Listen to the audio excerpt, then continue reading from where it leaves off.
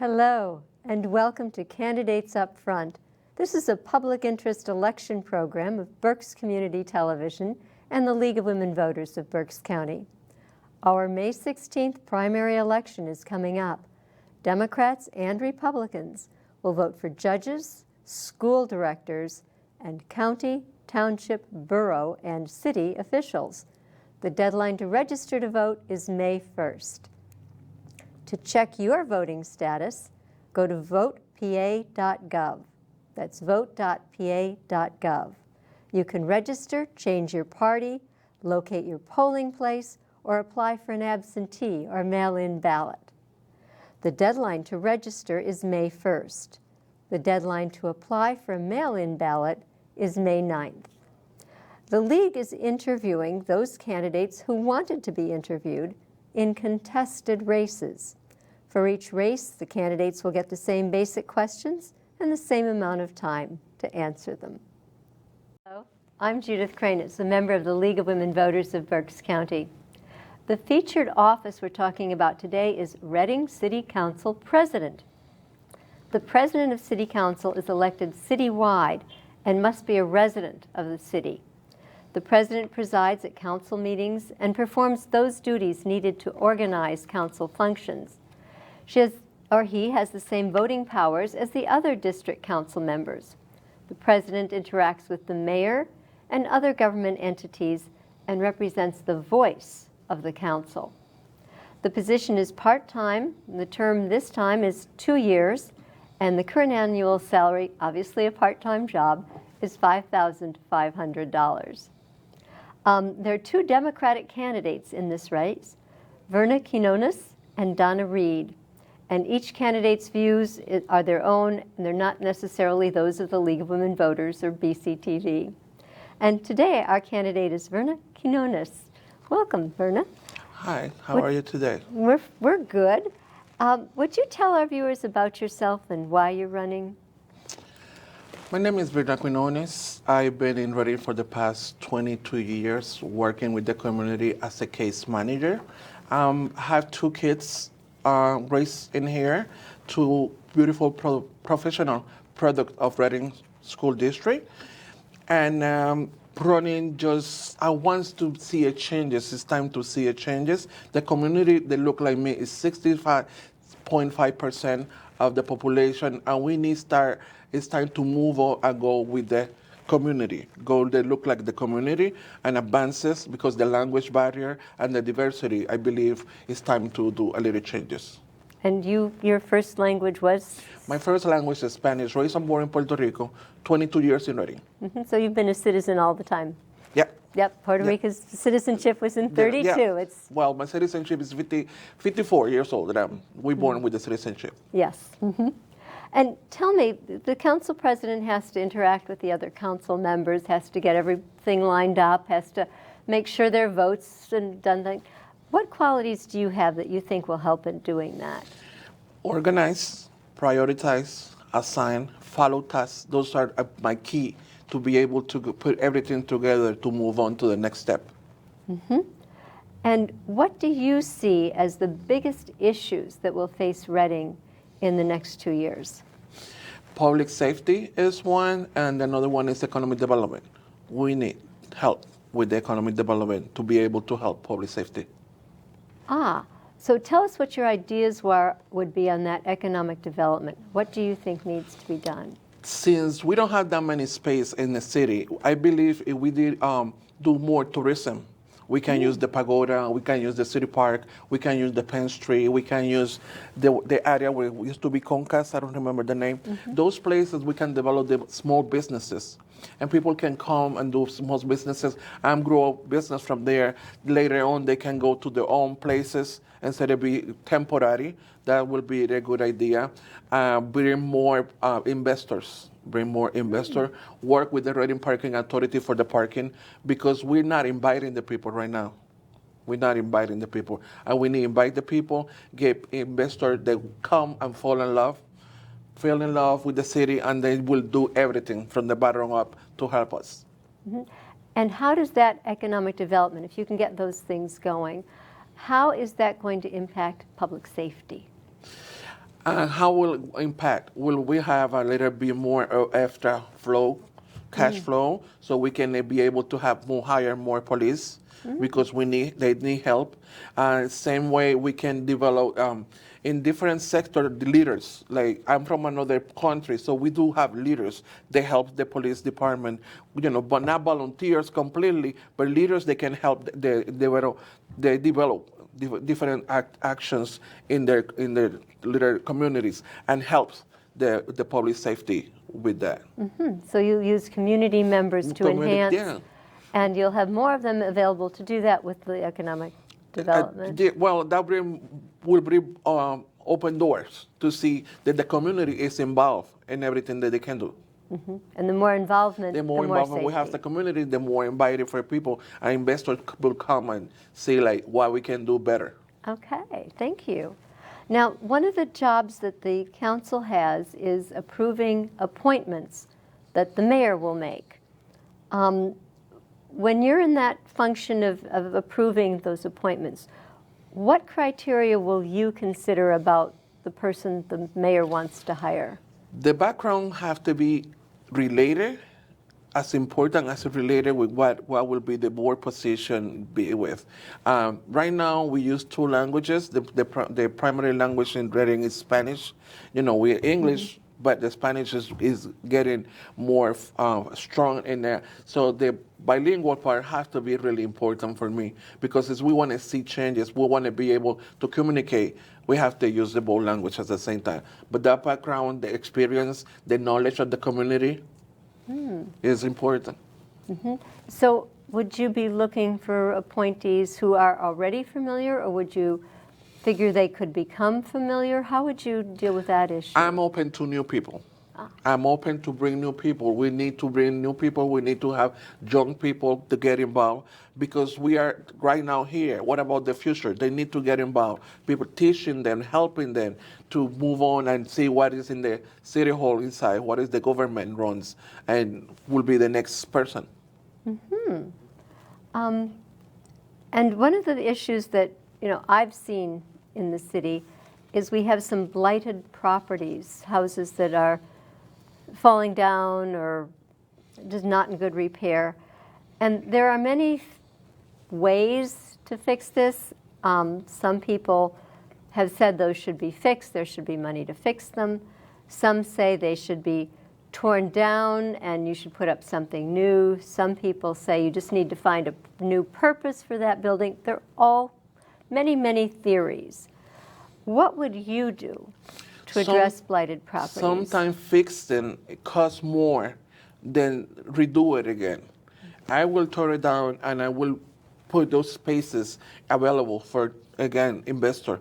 You can do new building for apartments that will be coming out with the new century, new apartments that they don't have. I believe investing, redevelop the same, sometimes it's more money. And so the city doesn't have the money. So if we bring investors to do, the development, is we do, they bring the money to do what they have to do. We open the door. We help them with the permits. We help them do what they want to do. We will have another Reading in the next 10 years. We will compete with another cities. One of the problems Reading has had is absentee landlords who will buy a property like that, tear it down, put up something new, and then they go miles away and aren't taking care of that property. How would you address that issue? That's one of the biggest issues that I have for years because they come, they invest, they do the houses, they're not fixing the houses the way they should be fixed. So those houses become empty and abandoned. Like every 3 months you have a new neighbor, and the neighborhood sometimes have 3 houses like that. And I will put a coalition with landlords so they can talk to each other because some ones have a good opportunities to have and have the money to invest on their stuff. So if they have a coalition, they can work together. They will have equality in the property. That will be a good idea, having them together. Doesn't have to be through the government. Have to be through them so they can bring to the government and the city better opportunity with their the houses and renting opportunities. Yeah, because when the loaners aren't here, you don't get the same neighborhood building that you do when the local people well, I are have taking care of it. I've Yeah. been 8 years in my neighborhood, and I have four. This is my fourth person that live there. They say Section A, but I believe not Section A. Every tax time, you have someone in there, because the rents are so high. They come in people from from New York and other places. They buy the houses, they fix it, they put paint in there, they just fix it a little bit. They rent it. People rent it for just a couple months when they have tax season, and by the time it's June, you have another neighbor coming in. Or worse it's, than that, the building falls apart and you have people there. And then they who leave are- again. They come and they who- fix who are it not- on another Monday. Who are not renters, yeah. Yep. Let's go back to your public safety issue. I have found most of the time Reading is a very safe place. It's safe to work, it's safe to live, safe to visit, and I'm visiting quite often and always enjoying myself. Yet we do have violence. Some of it is related to drugs, some of it to gangs, some of it simple disagreements. And that violence hurts the neighborhood and it hurts the city's reputation. What can the city do to get rid of this violence? Again, more communication between the citizens and the police departments. I worked as a subcontractor for CYS for a couple of years. Never had a problem, never had a situation. Was 5 o'clock in the morning, 10 o'clock at night, 2 o'clock in the morning when you have to remove kids. Never had a situation. And I never own a gun either. So I feel safe, just goes in the street. What happened is we don't have that many police in every shift. Right now, they changed it for 12-hour shift. So can you imagine this person working since 7 in the morning?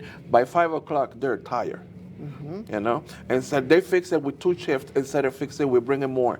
If we put money to do things that are not important or interesting, to fix stuff that doesn't have to do with the city, why we don't put money in the jar for the police department, for safety department? Why we don't do go to the communities and talk to leaders and what we can develop in this, and develop different places, different areas that we can talk to leaders and they become helper.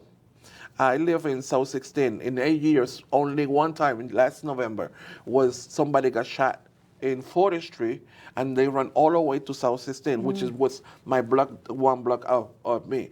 And I hear the people this is so bad, it's like one time in 8 years, and you make it seem like it's more than that, And then we went to talk to the sergeant at that moment, which is they don't talk to the community. They don't treat you how it should be treated. As a customer services, for me, they're F. They're F. So the way they're talking to me, that I'm a community leader, can you imagine the person they call it nosy. But it's my neighborhood. Can be drug related, and you don't know if they're coming back tomorrow. Yeah. And then we don't have that communication. So public safety for me is one of the priority things that I think we have to sit down and talk and develop new ways to work. We in 2022. 1998, used to have the police guy, the work in the force was your neighbor. Right now, they're not my neighbors. They come in over the bridge to work here. They don't live in the city. So it's like they do their job, they make money, and they go. Well, you brought us into the next topic, which was budget decisions. And I can see that you're going to want both things. These are going to be very difficult decisions because the services that people really enjoy, like parks and libraries that help and attract visitors and attract people, sometimes those are underfunded because you need the money for police services, for street repair, and to fund those properly, something else gets shorted. You've worked on a budget. So how will you prioritize spending when you are voting on a budget? It depends what is the money, what it brings more to the community. When you approach education, you approach public safety, and you approach the community, you have to work and balance what is the most needed and where the money can be allocated, and you can have something back into it. Okay. Now, how will you encourage public participation in the issues that are being decided by City Council? Educated them. I've been trying to educate them for the past 10 years, the community. I'm one of those people that goes to places and talk and tell them we can do rallies. We can go to city council meetings and sit down and listen. You don't want to talk, but you can listen. We can discuss it later. Someone can be your voice. Doesn't have to be in your language. We just have to go get together. We need to organize more the community. Okay. And what would be your priorities for the coming term? Right now in city council, one of my priorities is the city. The city needs to be clean. The city needs help to be attractive. You know how the women's we just get a lipstick. Well, I don't want to put a lipstick in the city. I want the whole face to be renewed. I want the community come to the Penn Street. I came 20 years ago and people used to walk. A lot of people in the street. Right now, you can barely see them. Parking authority is killing us. It's killing us. It's telling the people, don't go there, you're going to get a ticket. They don't have communication. Customer services, and I talked to Nave Math yesterday about that. They don't have communication. My mom is 80 years old, and they were buying something in Penn Street, and the person that came from Reading Parking Authority, I'm loading something that I just bought there. And she just gave me the ticket with the attitude like, well, I'm loading something that I just bought there. So she's telling me, don't come back here. And she's telling the owner of the business, I just leave because you're bothering me.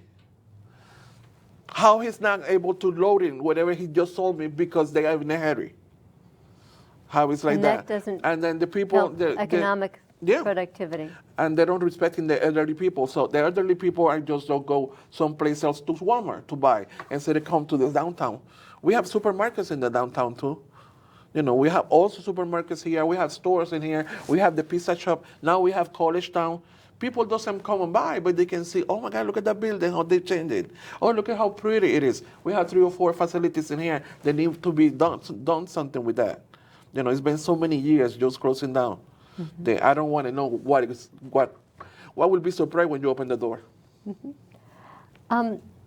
What ideas do you have to make Reading an attractive place for families? Again, tourism. One of the things that I've been telling the public now that I'm running for city council president is about small business. Small business, just having fairs. Like West Reading has little fairs when they close the street.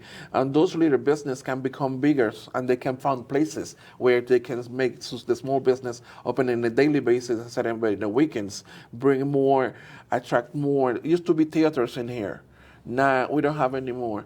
But it's the opportunity we have the Gaggle Works. People can come to the Gaggle Works and after that come and eat a little ice cream at the creamery. Walk, make it pretty, just make it welcome. We need to welcome people. Mm-hmm. And how would you make Reading attractive for businesses? I'm working on the opportunities to give it breaks with taxes. I believe that will be the way we can attract the investors. Once they come and they see how beautiful is the city, when they see all the greens around the pagoda, and they can thinking like, oh, I can put my business in here. Probably they would not bring a warehouse like outside, but they can bring their corporate offices. Mm-hmm. We can have corporate offices. We have plenty buildings to them. They can come downstairs and have a cup of coffee. We need another mom and pop shop cup of coffee. We have Franklin's. It's a place now that people are going in there to have breakfast. We have the diners. Our diners are gone, where we can have mom and pop shops again. Why not? We have spaces. It's just attracted them, help them to get their business paperwork on time, and move along with them. Okay. Well, we're ready for your closing statement, please. What I will say about Reading, we need to come together. We need to organize. We need to help each other with the housings. Services in the city are not the best, but we're coming along to become 22 the 2023 as we are today. The police department needs help. We can help them become more effective as we help them. Culture and education, that will be the priority that we need for investors. They come, we talk, we decide what we're going to do, we plan, and become all together as a city. Thank you. So we thank you very much for sharing your views with us. I know I learned a lot. It's been very interesting. And viewers, thank you for watching Candidates Up Front. Now, do remember there is a second candidate on the Democratic ballot for City Council President, and that is Donna Reed. And you vote for one. You have to choose between the two. So we thank you for watching Candidates Up Front. You will find the Candidates Up Front interviews on BCTV and on its website and its YouTube page. And for more information on candidates, you can go to the League's online voters guide, vote411.org. Or you can contact Berks County Election Services, elections@countyofberks.com. Their phone number is 610-478-6490. And thank you for watching Candidates Up Front.